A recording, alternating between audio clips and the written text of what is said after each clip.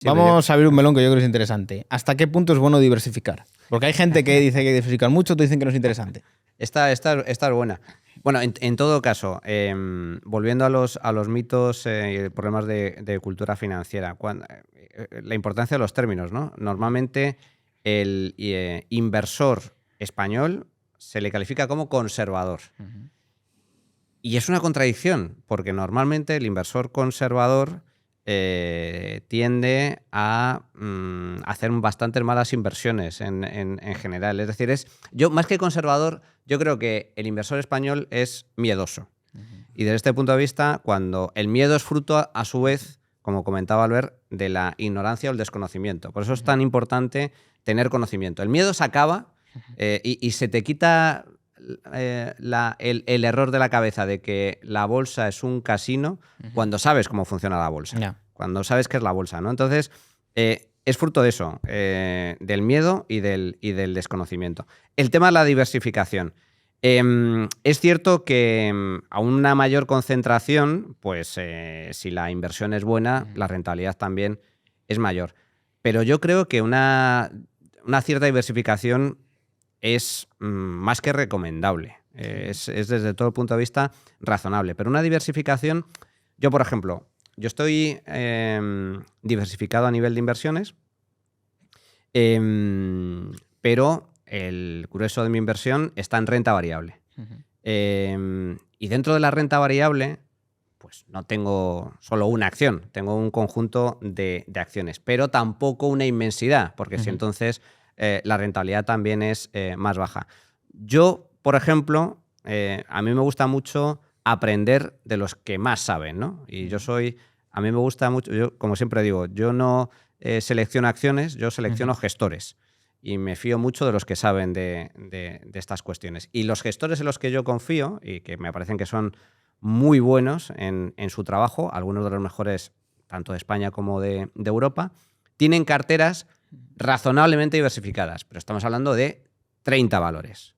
30 valores, entre 20 y 30 valores, con una diversificación adecuada desde ese punto de vista. Y eso hace que, bueno, pues si cometen algún error de inversión, que los más grandes, hasta los más grandes cometen errores de inversión, pues la pérdida será reducida o será limitada y, por lo tanto, pues de alguna forma reduces el riesgo. O sea que yo creo que una cierta diversificación, tanto a nivel de activos, no solo renta variable, también inmobiliario o renta fija, criptomonedas, Bitcoin, por ejemplo, a mí me parece, soy también un gran amante de Bitcoin.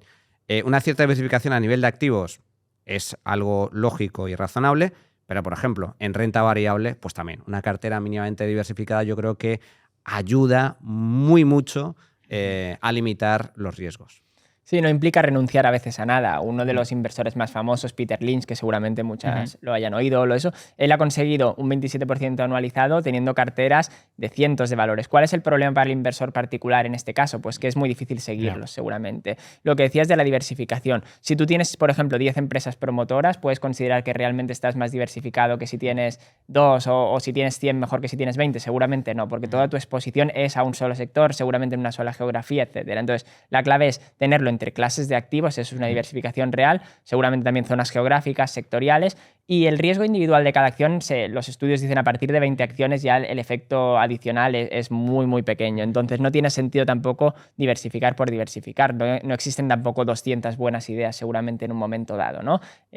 Buscar un poco el equilibrio entre las clases de activo y luego las ideas concretas que seleccionamos. Luego hay que ver mucho, es muy importante la posición de cada uno. Decías antes el ejemplo del que tiene 100 euros. Pues a mí, si alguien me dice, oye, no, un chico de 18 o 20 años, pues, oye, voy a empezar a invertir, tengo 1.000 euros, diversifico. Y decía, pues, no, me compro 4 fondos. Digo, hombre, 1.000 euros, si no es que te desprecie, tienes 18 años, estás empezando, pero no tiene mucho sentido. Pues compra un fondo que te guste y luego según vayas creciendo. Si a mí alguien me dice, tengo 50 años, tengo un patrimonio de $500.000 de euros y lo voy a meter en un único fondo, probablemente le diría, hombre, míratelo muy bien porque no me parece lo mejor. Tampoco es lo mismo si a mí 2 amigos míos que son funcionarios y que tienen un puesto asegurado me dicen voy a invertir en este tipo de producto, o dos personas que a lo mejor me dicen, oye, soy autónomo y mis ingresos son más volátiles. O si tienen una casa, volvemos a la inversión inmobiliaria. Mucha gente, y a lo de los conservadores miedosos e ignorantes, ¿no? En España pasa mucho. Hay gente que te dice, no, es que por eso precisamente que estáis diciendo la diversificación, yo quiero activos descorrelacionados. Y a lo mejor los tipos tienen dos casas, su vivienda y otra que están alquilando. Y entonces yo lo primero que les digo es, ya tienes un activo muy descorrelacionado de los mercados de valores. No, pero es que eso es mi casa. Y digo, bueno, es tu casa, pero es un activo y lo podrías vender en caso de necesidad. Quiero decir que a lo mejor coger, y lo digo porque muchas veces el planteamiento que dicen es, tenía esta cantidad, lo que sea, 100.000 para meter en activos financieros. Entonces, como quiero diversificar y además no quiero arriesgarme mucho, no quiero arriesgar los 100.000, voy a coger 50.000 para esto, 25.000 para esto y 25.000 para esto, ¿no? Y normalmente la visión que yo le suelo dar es decir, si tienes esas dos casas, esta la tienes alquilada, te va bien, esta pues a lo mejor en una ciudad tiene un valor, está en un buen barrio, es difícil que te baje de determinados precios, estás ya tienes esos dos activos que te descorrelacionan bastante y que te aportan un suelo bastante seguro. Hombre, pues a lo mejor con esos 100.000 euros para los mercados financieros puedes intentar una inversión un poquito más arriesgada, más volátil, porque tienes mucha estabilidad, pero para eso lo primero que hay que hacer es plantearse, oye, que es verdad que esto además de ser una casa y una vivienda, pues tiene otras características. Ese es para mí uno de los grandes errores que comete la gente, que es como diversificar sí o no. ¿Has mirado tu situación? ¿Has mirado cómo estás? Eso casi nadie se lo plantea realmente. Luego el refranero popular, la sabiduría popular, realmente es muy sabia. Y hay algún dicho que es no pongas todos los huevos en la misma cesta porque...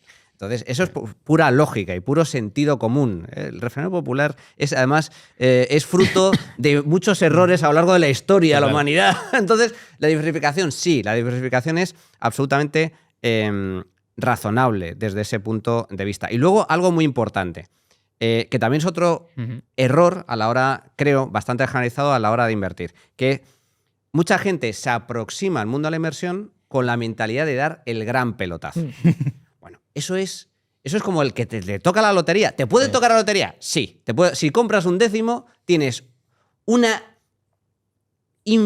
milésima de porcentaje de posibilidad de que te toque la lotería, pero te puede tocar. Desde luego, si no compras el décimo, no te toca. Hay gente que no lo sabe, pero es más probable que te caiga un rayo aquí ahora mismo que te toque el euromillón. Efectivamente. Sí. Está estadísticamente demostrado. Hay dos formas de perder dinero. Una, dejando tu dinero ahorrado en un banco que no te dé absolutamente nada porque se te come la inflación. Y la segunda, estirar el dinero, literalmente, comprar lotería de Navidad. Por cierto, un negocio que está en manos de un monopolio estatal, que también tiene... Es la empresa pública más lucrativa. La única. La única cafeína. Diría que es la única lucrativa. Comprar lotería de vez en cuando tampoco. Sí, pero sí es una tradición. Parte cultural. Es algo cultural. De tradición, de ilusión, pues sabes que lo normal es que pierda, pero bueno, esos 20 euros que gastas cada semana en un décimo o en la primitiva, pues piensas, ¿y si me tocas? No, si no pasa nada por comprar lotería, y yo también de vez en cuando compro lotería, pero vamos, que tienes una ínfima financiera. Exacto, es una ínfima probabilidad de que puedas ganar dinero. Pero en el mundo de las inversiones es cierto que mucha gente se aproxima al mundo de la inversión con la mentalidad de dar el gran pelotazo. No, mira, yo... a lo mejor no 1.000 euros, porque ahí sí, bueno, pues nada, da igual que los pierdes, no te va a suponer nada. Pero sí hay gente que, oye, con un patrimonio bastante abultado y, oye, ¡pam! Pero con la idea de pegar el gran pelotazo. Bueno, pues el riesgo es alto, sobre todo y muy especialmente si no conoces, que sucede también en muchas ocasiones, no conoces lo que estás comprando, que es otra forma que a mí me sorprende, ¿no? De gente que conozco y compra acciones sin saber nada de finanzas, sin saber ni siquiera lo más básico, y compra simplemente por el nombre. No, he comprado Telefónica. ¿Por qué? O sea, esa es la clave, ¿no? ¿Por qué has comprado Telefónica? ¿Cuáles son los fundamentos que te han llevado a que compres Telefónica? No te lo saben decir. Entonces, pues sucede un poco con eso y es un error muy común, ¿no? Intentar acercarte al mundo de la bolsa con el fin de hacerte millonario, hacer muchísimo dinero y pegar el gran pelotazo a muy corto plazo. Es justo lo contrario. Sí. En bolsa, en el mundo de las inversiones, y esto la gente, la inmensa mayoría no lo sabe, es muy fácil ganar dinero. Es extremadamente sencillo, una vez que sabes cómo funciona. Extremadamente sencillo. Pero tienes que saber los básicos. tienes que saber lo básico y luego tienes que ser paciente. Sí. Es muy fácil ganar dinero con el tiempo. Y esto es lo que la inmensa mayoría de la gente no sabe. El valor de la paciencia es muy importante. Y el valor del conocimiento también. Porque a veces, ¿verdad, Domingo? Se nos acerca mucha gente, y seguro que a ti también te pasa, Albert, y te dicen, ¿en qué invierto? Algo seguro, ¿eh? Algo seguro, pero también Y que rentable. rinda bastante, sí. Donde puede ganar mucho dinero. Pero bueno, os seguro que os ha sucedido a muchos. Bueno, ¿en qué invierto? ¿Tú qué sabes? Y yo le digo... Tú que estás metido ahí, como Sí, tú tendrás tienes información privilegiada. Información que dices, pero si me ves a mí que tenga aquí un yate, si supiera tanto, hace tiempo que lo empezaría a demostrar, ¿no? Con Pero pruebas. esto es importante cuando te dicen esto, porque yo a veces les explico a familiares, amigos, gente que conozco y demás, es que aunque te dijera en qué inviertas, que yo nunca digo en qué tienes que invertir. A mí cuando es una persona de confianza, lo que le digo es en dónde estoy yo invertido. Yo nunca, o sea, yo esto es lo que hago yo. Si no sabes lo básico, no te va a servir de nada. ¿Por qué? Porque te vas a comer una caída, como nos hemos comido todos, Y no hay del convicción, 50%, como sucedió no hace 80 años, hace 4 años en el COVID, la bolsa se pegó un piñazo del 50%. Y la gente huía despavorida. ¿Y sabéis cuál era mi gran preocupación? Que no me cogió sin liquidez para poder comprar. Digo, pero no tenía la liquidez suficiente para poder comprar. Entonces, ¿esto por qué es importante? Porque aunque te diga en qué estoy yo invertido, si tú no sabes lo básico, no sabes cómo funciona la bolsa, no tienes los conocimientos adecuados Total. y la mentalidad adecuada, cuando venga la más mínima, pueden pasar dos cosas. Si hay una pequeña caída o una caída sustancial, vendes y pierdes, o ganas dinero, pero tampoco sabes si has ganado mucho, si has ganado poco. En definitiva, no te va a valer de nada. Y los plazos, son un segundo, porque eso es muy importante. A mí mucha gente me dice, pero tú sabes, digo, yo no sé tanto, yo estoy pues más o menos metido en los mercados, pues sé lo que va ocurriendo, pero entonces tienes que saber, digo, mira los que se supone que saben mucho las rentabilidades que tienen. Pero incluso cuando me aprietan mucho, pero entonces ¿tú dónde tienes el dinero invertido? Y entonces yo les digo, pues mira, pues puedo tenerlo aquí, en este tipo de activo, en este tipo de fondo. Y te dicen, y entonces, ¿tú crees que eso va a hacerlo muy bien? Y yo digo, evidentemente creo que lo va a hacer bien, por eso tengo ahí el dinero invertido. Pero es que normalmente el que te lo pregunta te dice, entonces compro y en verano volvemos a hablar. Y entonces tú le dices que no. Por eso digo del plazo. Incluso si yo acertara con que el tipo de activo en el que lo tengo lo va a hacer bien, o tienes en cuenta que tu plazo sea el mismo que el mío y que tu mirada sea el mismo. Y si tu idea es de aquí al verano, pues probablemente no estamos hablando el mismo idioma. Y luego me vas a decir, pero si me habías recomendado este activo. Y yo te digo, es que yo te había recomendado este activo, lo que no te había recomendado, lo que no te había dicho, porque no tengo ni idea, es que dentro de 2 meses ahí va a revalorizar por un 25%. Y ese es el tipo de pregunta que te hacen. Entonces, yo tengo confianza en las cosas que nosotros planteamos, en las que defendemos, incluso, pues claro, y por eso tengo ahí mi dinero y por eso intento pues más o menos ir haciendo mis poquitas cosas como inversor.